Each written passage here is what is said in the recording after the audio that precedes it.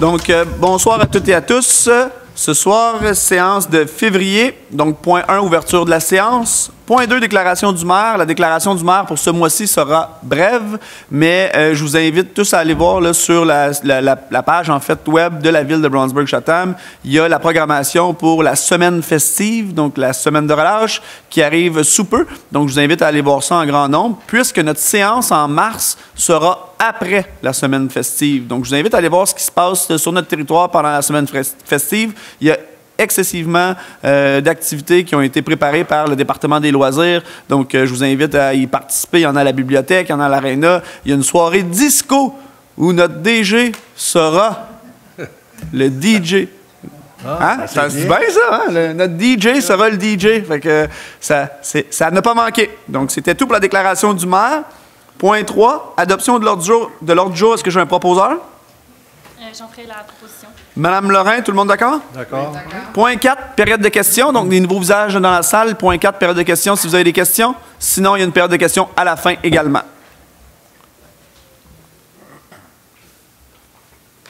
Moi, c'est au sujet de la description des taxes, l'augmentation des taxes dans le journal.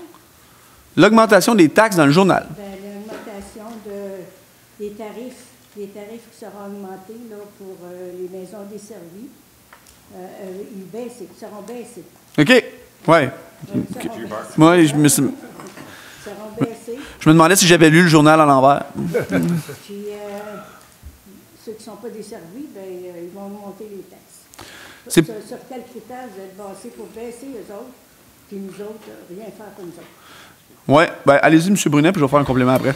C'est assez simple. Pour les gens qui ont les services, tu sais, quand on parle de desservis, c'est les gens qui ont l'aqueduc puis l'égout.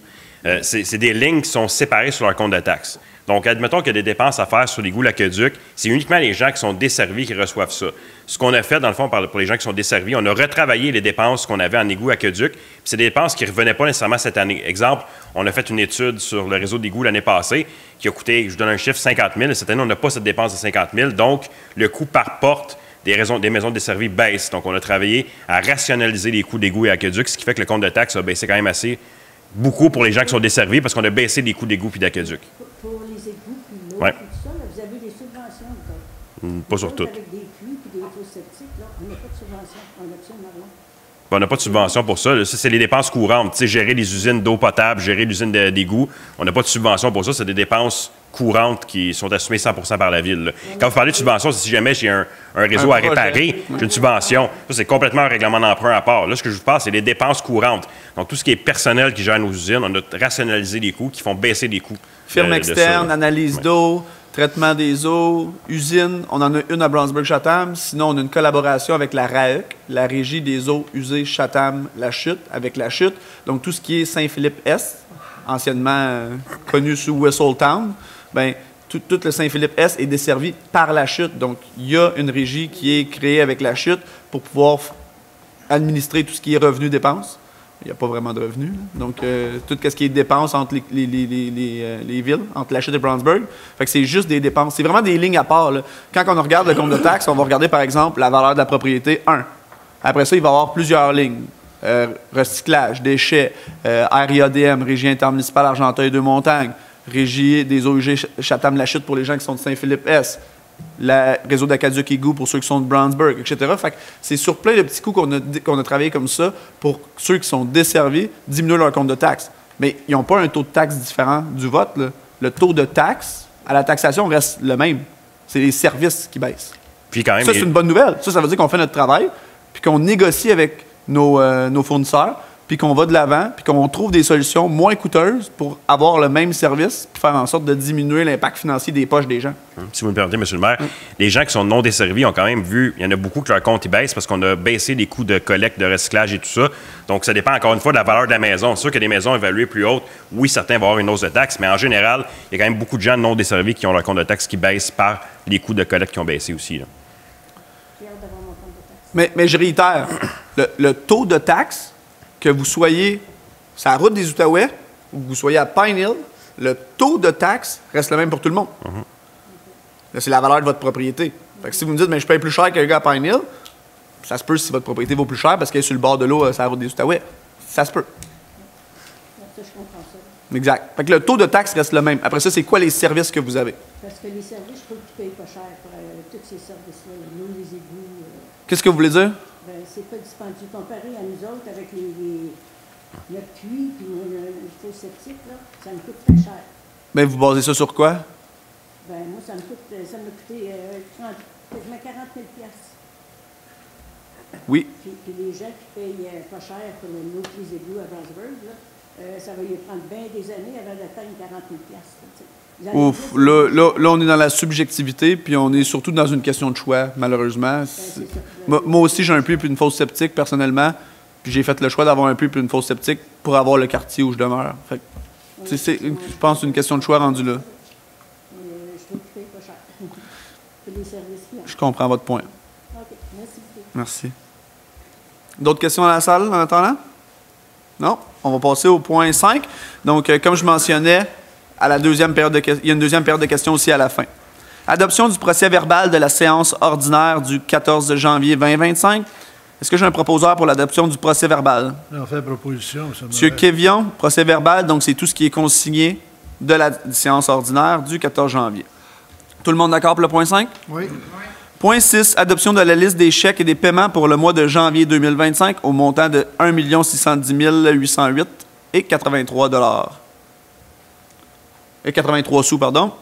Est-ce que j'ai un proposeur pour le point 6? On va faire la proposition. Monsieur Barry, tout le monde d'accord? D'accord. Point 7, ce sont seulement des dépôts, donc je n'ai pas besoin de proposeur. Des dépôts, c'est qu'on dépose de l'information accessible à la municipalité, donc tout le monde peut y avoir accès en, bien sûr, déposant une demande d'accès à l'information.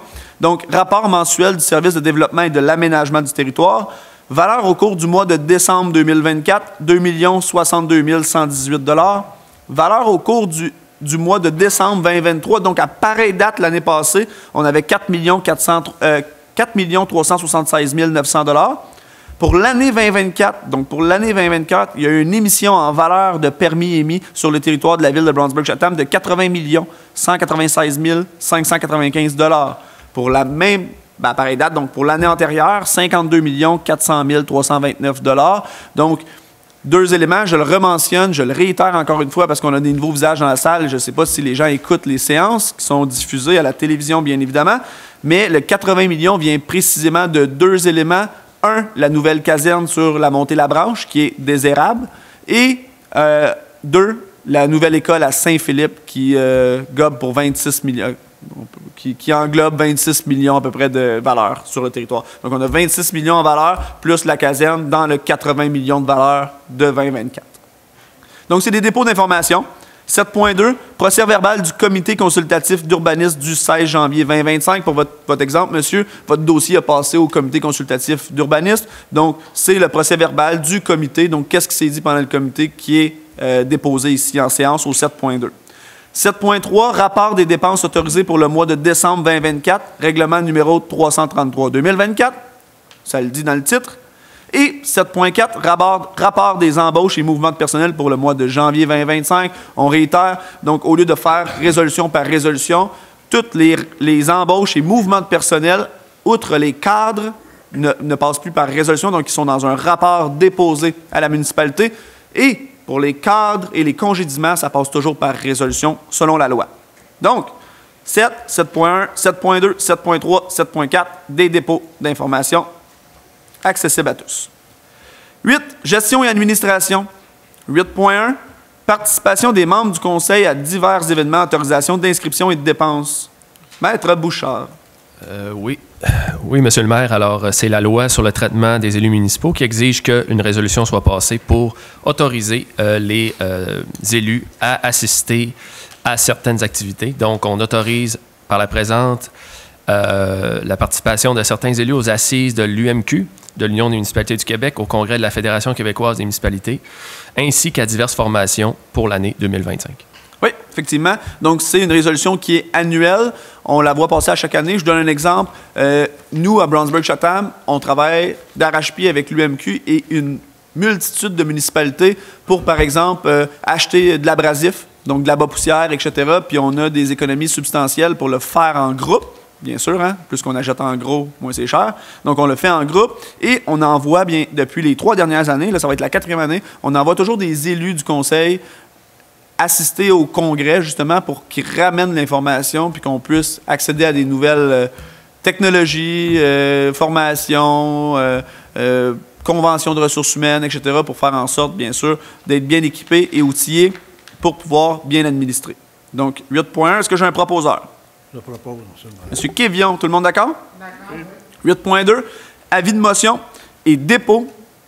Avis de motion, dépôt et présentation, règlement numéro 347-2025 concernant le traitement des élus municipaux. Maître Bouchard, encore une fois, je pense? Oui, il s'agit d'une refonte du règlement actuel, mais avec un ajout d'une rémunération, autrement dit des jetons de présence, d'un montant de 100 $ par participation par un élu à une réunion d'un comité établi par le conseil municipal. Alors, juste mentionner quand même qu'il n'y a pas d'autres changements au niveau de la rémunération, ni au niveau du calcul de l'indexation annuelle de la rémunération.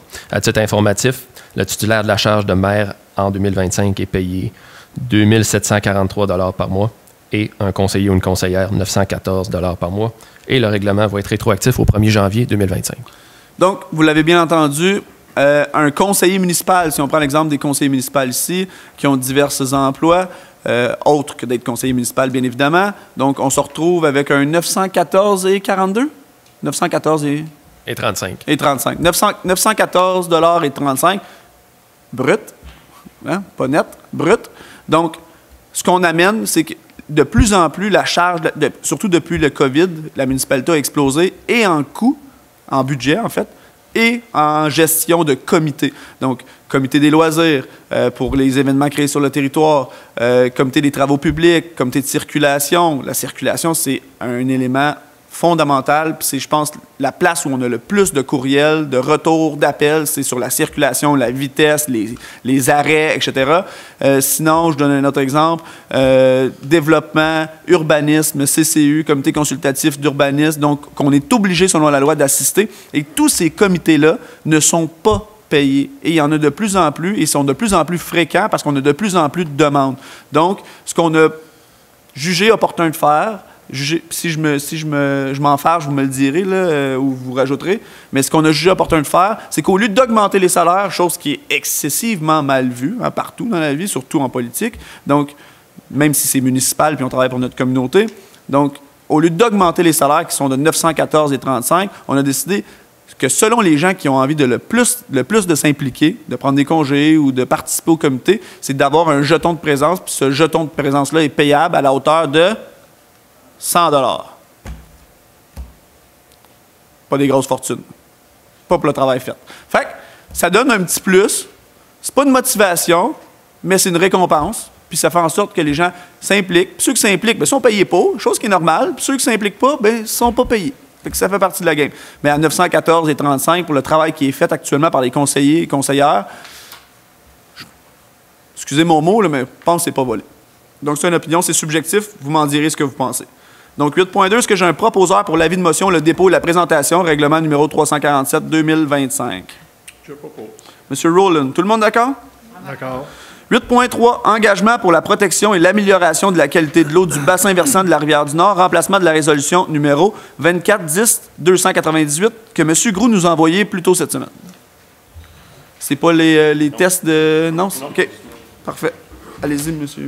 Considérant l'importance d'assurer un accès à une eau de qualité pour les générations actuelles et futures, considérant que la qualité de l'eau favorise le maintien d'une biodiversité saine et permet de rendre de nombreux services écologiques aux communautés, considérant la nécessité d'entreprendre des actions qui ne visent pas uniquement la Rivière-du-Nord, mais plutôt la gestion intégrée de l'eau à l'échelle du bassin versant, on propose de prendre certains engagements, c'est-à-dire d'améliorer de manière significative, en relation avec les exigences du ministère de l'Environnement, la gestion des eaux usées dans les domaines suivants, diminuer les débordements, dérivations surverses, réduire les apports en eau parasitaire, réduire, lorsque possible, les réseaux unitaires, éliminer au maximum les blocages et refoulements d'égouts, optimiser la gestion des eaux de ruissellement, réduire l'utilisation et le gaspillage de l'eau, viser la conformité des installations septiques, partager les données et les connaissances nécessaires pour obtenir un portrait clair de la qualité de l'eau du bassin versant, mutualiser nos ressources et expertises entre municipalités,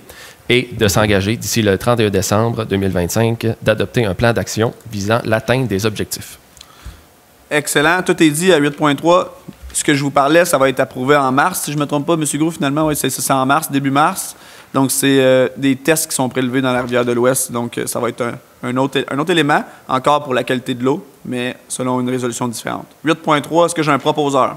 On va faire la proposition. M. Barry, tout le monde d'accord? D'accord. 8.4, résolution d'appui à la MRC d'Argenteuil demande au gouvernement du Québec de mettre en œuvre une stratégie de développement de corridors ferroviaires à même le fonds d'électrification et de changement climatique. Ça fait des lunes qu'on en parle, puis on aimerait bien ça. Ça permettrait à nos enfants de pouvoir aller étudier à l'extérieur sans nécessairement être obligés de déménager. C'est un grand rêve, mais c'est un rêve qui n'est pas si impossible que ça. Il s'agit d'une demande de la MRC. Alors, on appuie la MRC dans ses démarches auprès du gouvernement du Québec pour que celui-ci mette en œuvre dans les meilleurs délais une stratégie de développement de corridors ferroviaires, notamment dans le corridor hautement stratégique Montréal-Gatineau-Ottawa, par la rive nord de la rivière des Outaouais à même le fonds d'électrification et de changement climatique. 8.4, proposeur? On fait la proposition seulement. M. Kévillon, tout le monde d'accord? Oui. 8.5, autorisation d'acquisition de gré à gré ou par voie d'expropriation du lot 4 992 101 et d'une partie du lot 4 235 994 du Cadastre du Québec. Maître Bouchard, l'avocat de la Ville, va nous expliquer ça. Oui, alors la Ville tente depuis un certain moment déjà d'acquérir de gré à gré ce terrain qui constitue le prolongement de la rue Saint-Pierre, mais les discussions n'ont pas donné lieu à une entente. Alors, on vous propose d'autoriser aujourd'hui l'acquisition de gré à gré ou par voie d'expropriation des lots que M. le maire vient de nommer à des fins d'aménagement d'une voie publique de circulation, conformément aux articles 570 de la Loi sur les cités et villes et 4 de la Loi concernant l'expropriation, de mandater la firme DHC Avocats à entamer, au nom de la Ville, la procédure d'expropriation en cas en défaut d'entente de gré à gré, de mandater tout arpenteur géomètre pour concevoir le plan et la description et de mandater un évaluateur agréé afin de déterminer la valeur de l'immeuble. 8.5, tout est dit. Est-ce que j'ai un proposeur? On va faire la proposition. M. Barry, tout le monde d'accord? D'accord. 9, communication, il n'y a rien. Ressources humaines, il n'y a rien. Et on tombe à 10, travaux publics. Service pour la gestion des eaux usées potables sur le territoire de la ville de Brownsburg-Chatham, octroi de contrat de gré octroi de mandat de gré à gré. 10.1. Oui, j'y vais. Concernant la justification de contrat qui a suivi l'appel d'offres public numéro 2018-01 à Aquatex Société Gestion de l'eau incorporée, le mandat original était de 5 ans. Le contrat a pris fin en mai 2024. On avait prolongé de gré à gré ce mandat-là au courant de l'année 2024. C'est ce qu'on compte faire pour les mois de janvier, février et mars 2025, suite à quoi nous irons en appel d'offres pour ces services. Donc, ce soir, c'est d'autoriser une dépense totale de 45 900, toutes taxes incluses, afin de donner le mandat à Aquatec Société de Gestion de l'eau incorporée pour la gestion de l'eau pour les 3 premiers mois de l'année 2025. Donc, ça, c'est un contrat, madame, pour votre question de la première période de questions. C'est justement un contrat qui coûte des sous seulement aux utilisateurs payeurs, donc ceux qui sont desservis par l'eau. Le 10.1. Donc, là, présentement, on va de gré à gré pour janvier, février, mars. Et en mars, on tombe en appel d'offres public. Pourquoi? Bien, le temps de préparer les contrats, le temps de soumettre sur SEAO qui est un système d'appel d'offres public. Et ensuite de ça, on va voir quel genre de soumissionnaire on va avoir, puis on va pouvoir faire un tri là-dedans. 10.1, est-ce que j'ai un proposeur? On va faire la proposition. M. Barry, tout le monde d'accord? D'accord. 10.2, autorisation d'utilisation de chemins de détour pour les travaux du ministère des Transports et de la Mobilité durable, MTMD, travaux de stabilisation de talus sur la route 327. Et je tiens à réitérer, là, on parle de la 327, mais je tiens à réitérer qu'il faut faire une résolution pour le 10.2, mais j'ai toujours pas de courriel pour le pont entre Brownsburg et Brownsburg sur la rue, sur la rue principale. Donc, je suis assez stupéfait. C'est incroyable. Incroyable. 10.2. Oui, j'y vais. Oui, bonne idée. Avant que je dise quelque chose, il ne faudrait pas que je dise. Considérant que la circulation se fera en alternance durant la majorité des travaux sur la route 327, mais qu'elle devra tout de même être fermée pour 3 jours durant les travaux intensifs du vendredi au dimanche inclusivement, on n'a pas de date pour le moment des travaux. Tout ça sera communiqué en temps et lieu. On doit autoriser les chemins de détour qui sont empruntés, la route 148, la montée La Branche et la rue des Érables, comme chemin de détour durant les travaux de stabilisation de talus sur la route 327. Donc, on vous souhaite des beaux travaux. Pendant ce temps-là, on va espérer que des travaux sur le pont puissent se faire. De ce point-là, est-ce que j'ai un proposeur? J'en ferai la proposition. Madame Lorrain, tout le monde d'accord? D'accord. 10 points. À force de passer sur la rue des Érables, ces places-là, il va falloir refaire l'asphalte, M. le maire. Ouais. Le détour passe tout là. Ça avait été dit, ça. Et adopté par résolution qu'on allait demander au MTQ de rembourser ces travaux-là. C'est pas gagné d'avance. 10.3. Autorisation de signature, transaction à la Société de l'assurance automobile du Québec, SAAQ. Ici, c'est simplement une directive administrative afin de faciliter tous les transferts qu'on fait ou les transactions qu'on effectue auprès de la SAC, surtout qu'on a une flotte de véhicules d'environ 68 à 70 véhicules. Donc, c'est pas toujours au directeur général d'effectuer ces transactions-là. Donc, c'est d'autoriser également M. Michael Bubard, directeur du service des infrastructures et travaux publics, de pouvoir agir au nom de la ville de Brownsburg-Chatham auprès de la Société de l'assurance automobile du Québec. Bonne chose. 10.3. Proposeur, tout est dit? Je propose. Sur Rowland, tout le monde d'accord? D'accord. Oui. 10.4. Octroi de mandat à la firme Parallèle 54, expert conseil. Réalisation d'une étude d'évaluation de la sécurité concernant la digue secondaire du barrage du lac Crooks. Donc, considérant que la Ville est propriétaire de la digue secondaire du barrage du lac Crooks, qui est identifié comme étant un barrage de forte contenance dans le répertoire des barrages du Centre d'expertise hydrique du ministère de l'Environnement, de la lutte contre les changements climatiques, de la faune et des parcs, que la dernière évaluation de sécurité de cette digue secondaire a été effectuée le 12 mars 2010, donc une mise à jour qui doit être faite cette année. Donc, le Conseil appuie la démarche d'une étude d'évaluation de la sécurité de la digue secondaire au barrage du lac Crooks et octroie le mandat à la firme Parallèle 54 pour la réalisation de l'étude d'évaluation de la sécurité sur la digue secondaire du barrage du lac Crooks. Tout est dit. 10.4, est-ce que j'ai un proposeur? Je vais en faire la proposition. M. Barry, tout le monde d'accord? D'accord. 11, loisirs et culture. 11.1, achat d'équipements pour les événements.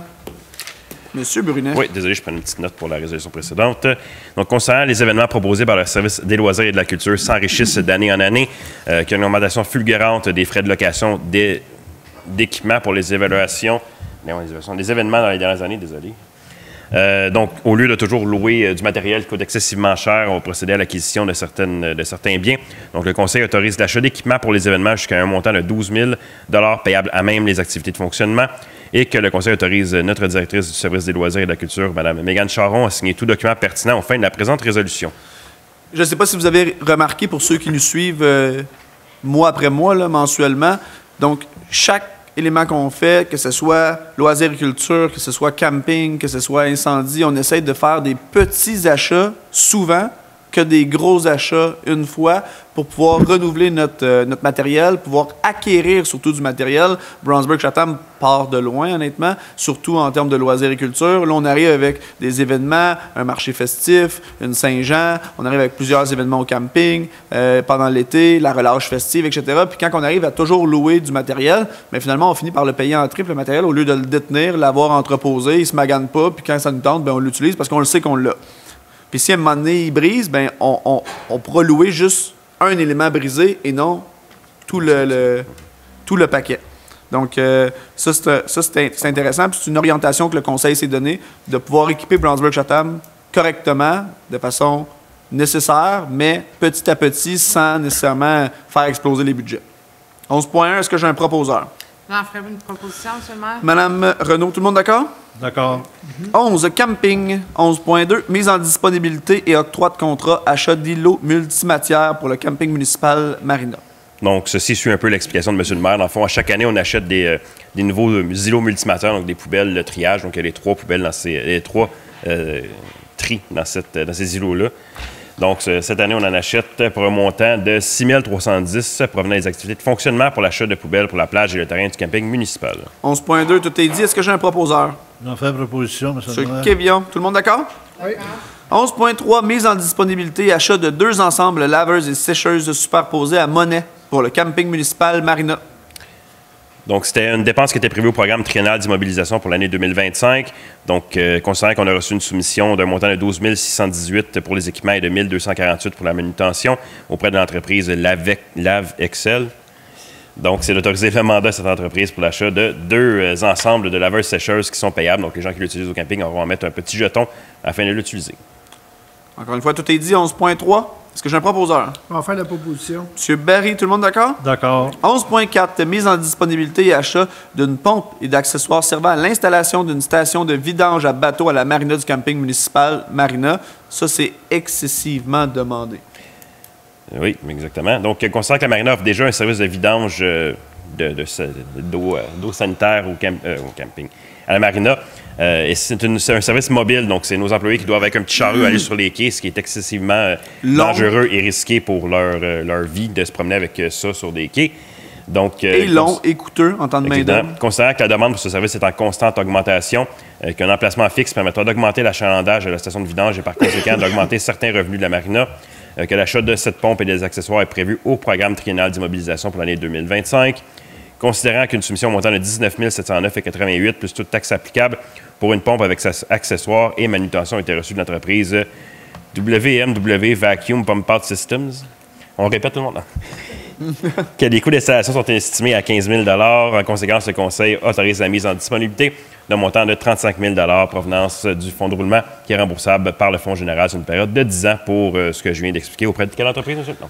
Comme vous avez pu le constater à 2 reprises, vous l'avez entendu, c'est au programme triennal d'immobilisation PTI. Nous, on l'appelle le fameux PTI. Le PTI, c'est sur, par exemple, 4 ans. À chaque année, comme je vous le mentionnais, on va mettre des éléments qu'on veut acquérir en termes de municipalité, en termes d'organisation, sur plusieurs années échelonnées pour faire en sorte d'arriver à un point où on respecte l'orientation qu'on s'est dotée. Puis, bien, ça, c'était dans notre PTI, justement, de 2025. Donc, on le réalise en 2025. On tient parole. Est-ce que j'ai un proposeur pour le 11.4? Je propose. Sur Rowland, tout le monde d'accord? D'accord. 11.5, mise en disponibilité et achat de 2 quais pour le camping municipal Marina de Brownsburg-Chatham. Et ce, M. Rowland, vous allez être content, pour la halte de Rick Greases Point. La halte de Greases Point. Donc, considérant qu'il y a lieu de remplacer le quai actuel du camping municipal Marina de Brownsburg-Chatham, que ce quai représente un accès sécuritaire pour la pêche au bord de l'eau disponible à la clientèle, donc c'est une offre de plus comme activité au camping. Considérant que la halte de Greases Point qu'on a aménagée il y a quelques temps déjà a besoin d'un accès à l'eau sécuritaire pour les embarcations nautiques, donc on veut encadrer les gens qui vont utiliser la descente à cette halte-là. Donc, considérant là également que l'achat de ces quais est prévu au programme triennal d'immobilisation pour l'année 2025. On a reçu une soumission au montant de 9 677,40 plus toute taxe applicable pour les 2 quais avec quincaillerie a été reçue de l'entreprise Quai La Fantaisie. Donc, à conséquence, le Conseil autorise cette dépense auprès de l'entreprise que je viens de nommer. 11.5, tout est dit, puis c'est une bonne nouvelle. Ça fait longtemps qu'on les attendait. On a même essayé de rénover des vieux quais pour les installer. Finalement, ça n'a pas marché. On a essayé de sauver 4 piastres, puis finalement, on a dépensé 6, mais c'est des choses qui arrivent. Fait que finalement, on le fait de la bonne façon au 11.5. Est-ce que j'ai un proposeur? Je propose. Je m'en doutais pas. 11.5, tout le monde d'accord? D'accord. 12, services de sécurité, incendie, il n'y a rien. 13, services du développement et de l'aménagement du territoire. Donc, tout ce qui est dans 13... c'est ce que je vous ai expliqué, en partie bien évidemment, au dépôt du 7.1. Donc, juste pour faire des mises en contexte, des liens. Donc, on tombe à 13.1. Demande de dérogation mineure DM 2024, 651, propriété située au 101 rue Lantier, orientation de la porte d'entrée d'un logement intergénérationnel. Oui, donc dans le cadre de cette demande, ça visait à autoriser le maintien de la porte d'entrée du logement intergénérationnel faisant face à la rue, ce que la réglementation actuellement en vigueur prohibe.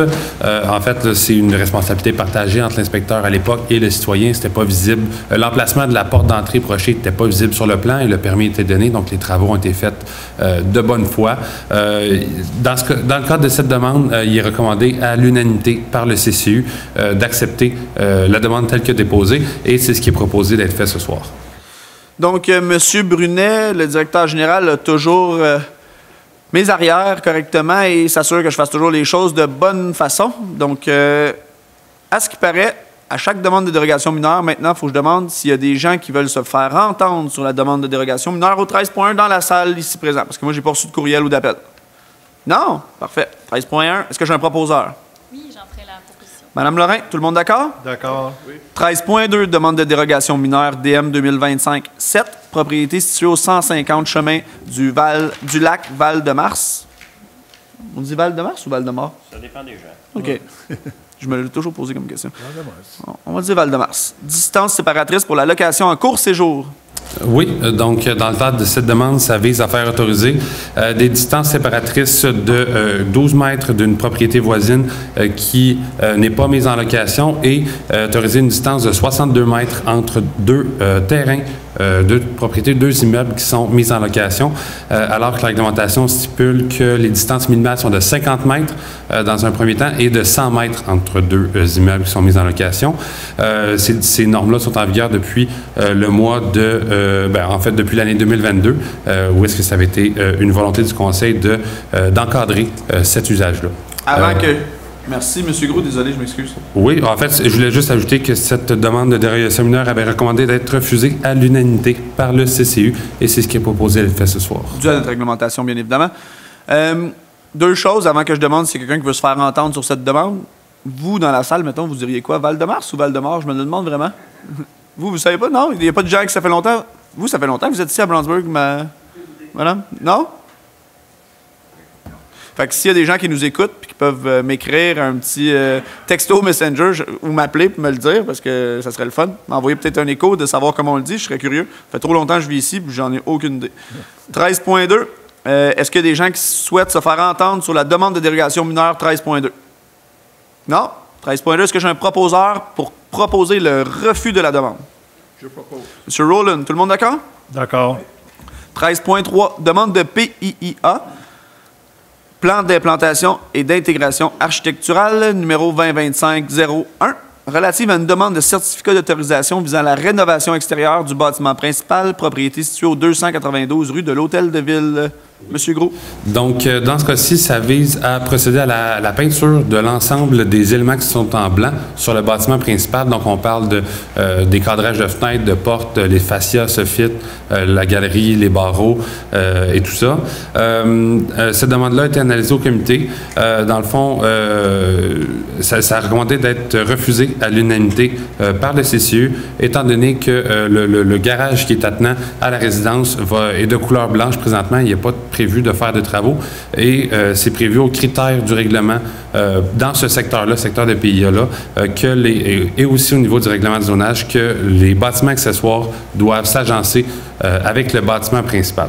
Donc, pour ces raisons, le CCU a recommandé de refuser à l'unanimité le dossier et c'est ce qui est proposé d'être fait ce soir. Donc, M. Groux le mentionne, c'est un PIA ici, donc en mots courts et en mots simples d'un gars qui n'est même pas en urbanisme, mais la maison principale, le bâtiment principal a été rénové.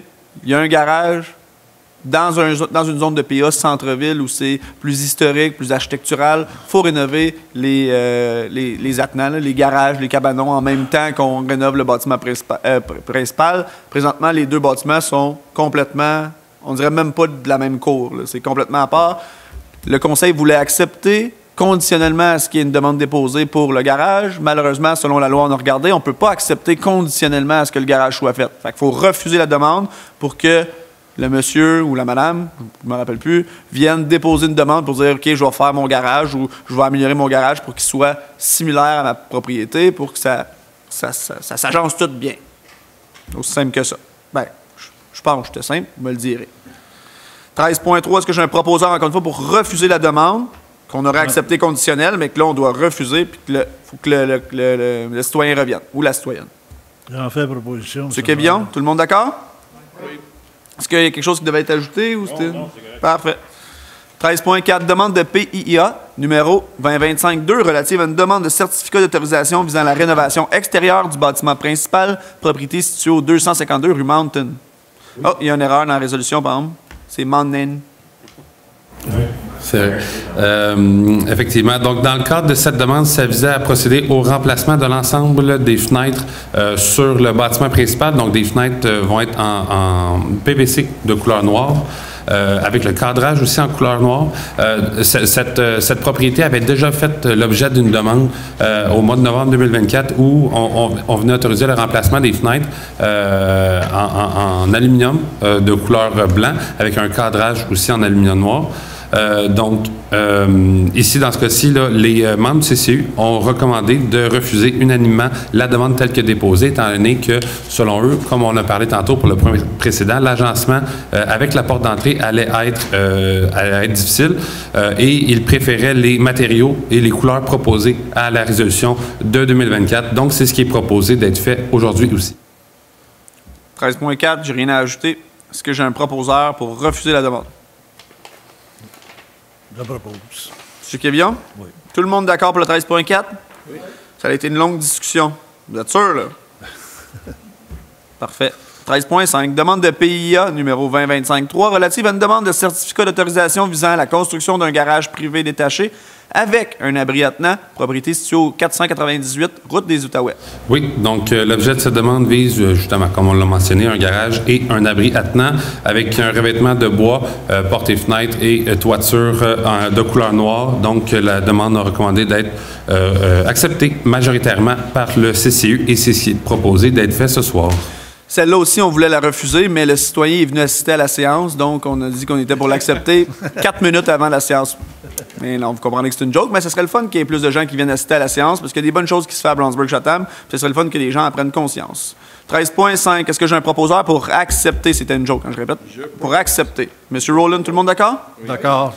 13.6, demande de PIA numéro 2025-4 relative à une demande de certificat d'autorisation visant la rénovation extérieure du bâtiment principal, propriété située au 365-367 rue principale. Oui, donc dans le cadre de cette demande, là, ça vise à régulariser un dossier qu'on avait ouvert depuis plusieurs années.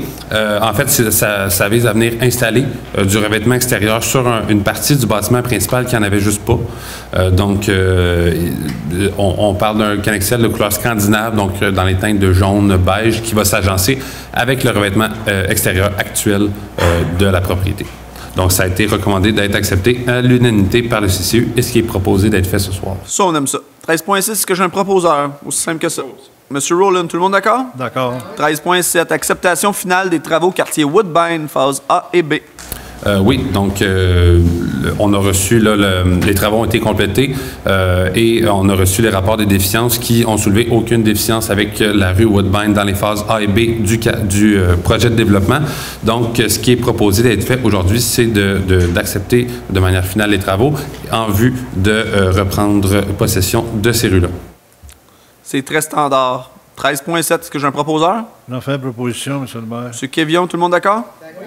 13.8, autoriser la signature de l'entente promoteur entre la Ville de Brownsburg-Chatham et la compagnie Les Berges du Canton Inc. concernant le projet de développement Les Berges du Canton. Oui, donc en fait, c'est juste une demande, c'est juste une résolution administrative qui va permettre à M. le maire ainsi que Maître Bouchard de signer le protocole d'entente avec la compagnie pour procéder, en fait, débuter le projet de développement Les Berges du Canton. Donc, pour vous situer, on est à l'extrémité sud de la rue Lafleur. C'est un projet intégré où le protocole d'entente va uniquement viser les infrastructures aqueducs, égouts et pluviales. Donc, rue des Érables, il y a une petite rue qu'on peut soit passer par Woodbine Sud, bien évidemment, éventuellement, ou on peut déjà passer par Woodbine Sud. On peut déjà passer par Woodbine Sud. Sinon, des Érables, il y a une petite rue qui s'appelle Maurice, qui n'a pas rapport avec moi et qui n'a aucune adresse dessus. Puis, on tombe sur la Fleur, donc c'est au bout de la Fleur. Donc, au bout de la Fleur, c'est le développement Les Berges du Canton. Merci, M. Groux, de situer les gens, parce que des fois, d'écouter comme ça, c'est pas facile à situer, puis ça permet aux gens de visualiser. Donc, 13.8, est-ce que j'ai un proposeur pour autoriser la signature de l'entente? J'en fais proposition, M. le maire. Secteur de M. Kévion. Tout le monde d'accord? Oui. 13.9, achat du module permis et paiement en ligne pour le service de développement et de l'aménagement du territoire, autorisation d'achat. Finalement, on arrive en 2025. Ça, on aime ça. Oui, donc cette demande, ce module supplémentaire-là, en fait, va permettre à un citoyen de remplir entièrement de manière électronique une demande de permis, que ce soit urbanisme, mais aussi éventuellement ça va être ouvert à d'autres types de demandes comme les ventes de garage, comme les permis de brûlage, vont pouvoir être remplis de manière électronique sans avoir à se déplacer à l'hôtel de ville et aussi être payés de manière électronique. Donc, on va pouvoir tout faire ça à distance. Ça va être pratique pour les gens qui ont des chalets dans la ville, des résidences secondaires qui ne sont pas nécessairement ici la semaine dans les heures d'ouverture de l'hôtel de ville. Donc, de cette manière-là, on vient autoriser l'achat au montant de 13 590,50 auprès de notre fournisseur actuel dans les logiciels de permis qui est PG Solutions. Donc, l'achat de ces modules-là pour l'utilisation quotidienne. C'est vraiment une orientation qu'on s'est dotée. Honnêtement, il faut comprendre que le conseil qui est ici présentement, ça fait 3 ans qu'on est là ensemble. Là. Ça fait même pas 4 ans total. Ça fait 3 ans et 1 mois. Et on arrive avec des orientations plus simples, plus économiques, plus faciles pour le citoyen de pouvoir accéder aux mêmes services. Puis, personnellement, c'est subjectif, mais je comprends pas pourquoi ça n'a pas été fait avant. On parle de 13 000 $ pour pouvoir réglementer, amener notre réglementation à être respectée, faire en sorte d'alléger le travail de Magella, bien évidemment, la réceptionniste là, à l'hôtel de ville et des employés du secteur de l'urbanisme. Imaginez tout remplir les documents à la main, comme, pas discriminer, là, mais comme en 1970, 1980, quand on est rendu en 2025, c'est le fun d'arriver à une ère où les gens vont pouvoir remplir leur demande de permis. L'urbaniste va la recevoir, va pouvoir l'analyser, poser quelques questions par courriel, relancer ça, c'est payé en ligne. Merci, bonsoir, tout le monde est conforme, tout le monde sait ce qu'il y a à faire. Ça on va parler d'une efficacité autre. Puis surtout dans le secteur, bien, partout, mais effectivement aussi dans le secteur de M. Groux, c'est très difficile de recruter des inspecteurs, des adjointes, etc., pour travailler au sein du département de l'urbanisme. C'est pas tout le monde qui veut faire ça. Puis habituellement, quand il y a un urbaniste qui débarque chez vous, c'est pas toujours des bonnes nouvelles. Donc, c'est pas un métier qui est facile. Donc, ça va faciliter la vie de tout le monde, c'est vraiment agréable. 13.9. Est-ce que j'ai un proposeur? Ben moi, je vais proposer la bonne nouvelle. Merci, M. Barry. Tout le monde d'accord? Oui. D'accord. 13.10. Achat d'une station de... Hey, Martine. 13.10. Martine, je veux que tu proposes. S'il n'y a personne qui s'oppose, je veux que tu proposes. 13.10. Achat d'une station de lavage avec un mât rotatif pour la descente de bateau de la marina municipale et autorisation de dépôt d'une demande de subvention, autorisation d'achat. Oui, donc comme on l'a mentionné, en fait, la descente de bateau à la marina municipale va se doter d'une station de lavage, c'est ça, qui est composée d'un cabanon dont à l'intérieur il va y avoir une machine à pression qui va permettre de laver les bateaux, les embarcations de toute dimension avec le mât rotatif de 14 pieds qui va être installé et qui va être facile d'utilisation pour les citoyens. Donc c'est une station en libre service qui va être installé directement après le portail d'entrée de la marina. Les gens vont devoir l'utiliser avant de rentrer dans la rivière et aussi en sortant pour s'assurer de ne pas amener de plantes aquatiques envahissantes dans d'autres plans d'eau, de ne pas en amener dans la rivière, en rajouter et d'en ressortir pour les amener dans les autres lacs de la région. Donc, cette demande-là vise, en fait, c'est pour un montant total de dépenses de 60 000 $ qui est éligible à une subvention jusqu'à un montant maximal de 30 000 $. Donc, il y aura un autre 30 000 à mettre par la Ville dans ce dossier-là. Et en fait, aujourd'hui, on propose là, de faire de me donner l'autorisation de déposer la demande de subvention auprès du MELCC-FP. Ça, on le sait, ceux qui nous suivent encore une fois mensuellement savent à quel point on est fervent des subventions, à quel point on a été chercher de l'argent. Il faudrait qu'on fasse le cumul de tout l'argent qu'on a été chercher depuis le début de notre mandat, mais c'est énorme. Donc, encore une fois, on est éligible. Ça ne veut pas dire qu'on va l'avoir, mais on va travailler pour l'avoir. Donc, 13.10. Martine a travaillé très fort depuis les 3 dernières années. On le mettait au PTI. Ouais, non, moi, je dirais pas ça, Martine, surtout pas que je suis filmé. Mais, mais il reste que... Martine a travaillé très fort avec les autres membres du conseil là-dessus. Ça a été un élément qui était long.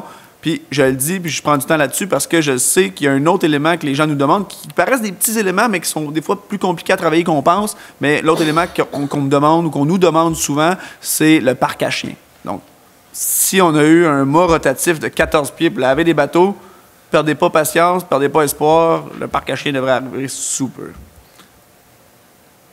13.10. Est-ce que j'ai un proposeur? J'aimerais faire la proposition seulement. Martine, tout le monde d'accord? D'accord.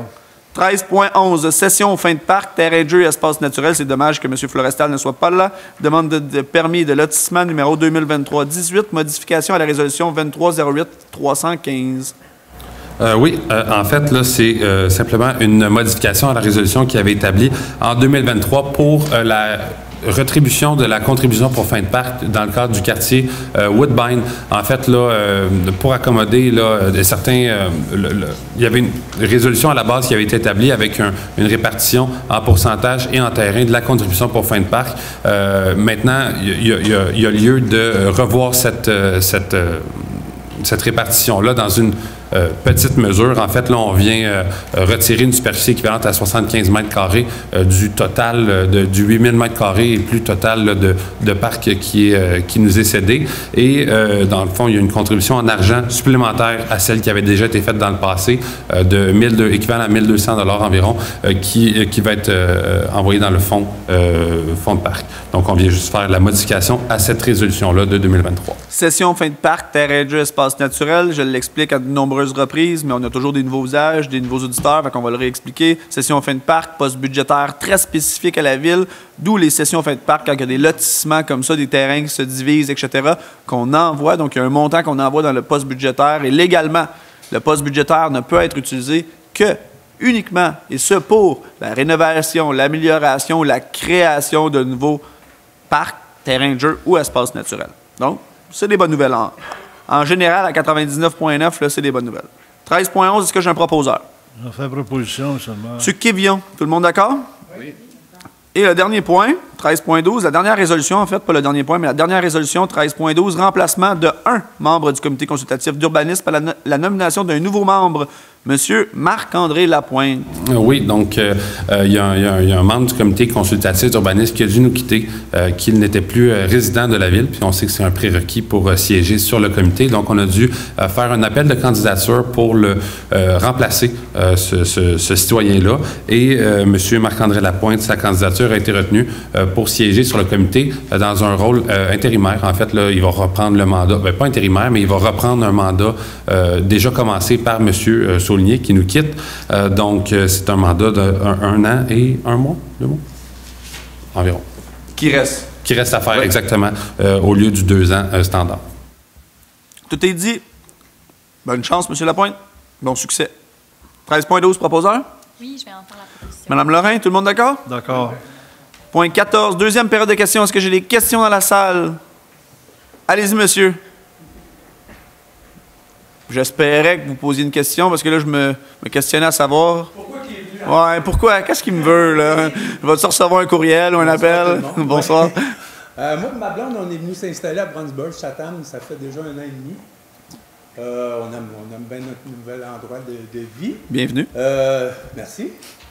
Sauf qu'il y a un problème, je ne sais pas, vous connaissez sûrement le domaine Cadieux. J'en ai entendu parler. Tu me vois venir. Oui. C'est ça, je voudrais savoir ce qu'on est rendu avec finalement de faire les rues, puis l'éclairage surtout, c'est important. Monsieur Brunet va commencer, puis on va faire une remise en contexte. Puisque vous, ça fait 1 an et demi que vous êtes arrivé, là. Oui. Mais on va faire une remise en contexte. Allez-y, M. Brunet. Une remise en contexte. Donc, ça fait quand même plusieurs années qu'on travaille déjà sur les travaux à faire dans le quartier.